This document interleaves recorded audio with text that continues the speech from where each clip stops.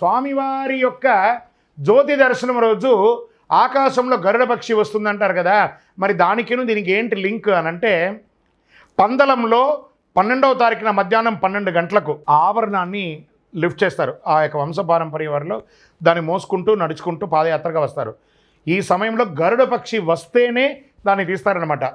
కృష్ణ పరుందు అంటారు. అంటే సాక్షాత్ ఆ శ్రవణ నక్షత్రుడైనటువంటి ఆ స్వామివారి మహావిష్ణువు ఆ యొక్క గరుడ పక్షి రూపంలో గరుడ గమన ఎలా అన్నారు, స్వామివారు నడిచే వాహనం కదా, అందులో ఉండి తన యొక్క కొడుకు యొక్క ఆ యొక్క తిరువాభరణ ఘోషయాత్ర అంటారు దాన్ని. ఆ ఘోషయాత్రను చూడడానికి సాక్షాత్ మహావిష్ణువే అక్కడి నుంచి తోడుగా వచ్చి శబరిమల వరకు ఆభరణం గర్భాలయంకి వెళ్ళగానే ఎలా మాయమైపోతుందో అలా మాయమైపోతుంది. అందరూ చూస్తున్నదే ఇది. అక్కడ ఎంత అద్భుతం తెలుసా, చెప్తూ ఉంటేనే అసలు పులకించిపోతుంది. ఆ గరుడ పక్షి ఆ స్వామివారి ఆభరణాన్ని ప్రతి చోట అలా నడిచిన చోటల్లా తిరుగుతూనే ఉంటుందట. తన కొడుకుకు జరుగుతున్న వైభవాన్ని ఆకాశం నుండి స్వామివారు చూస్తూ ఉంటారట.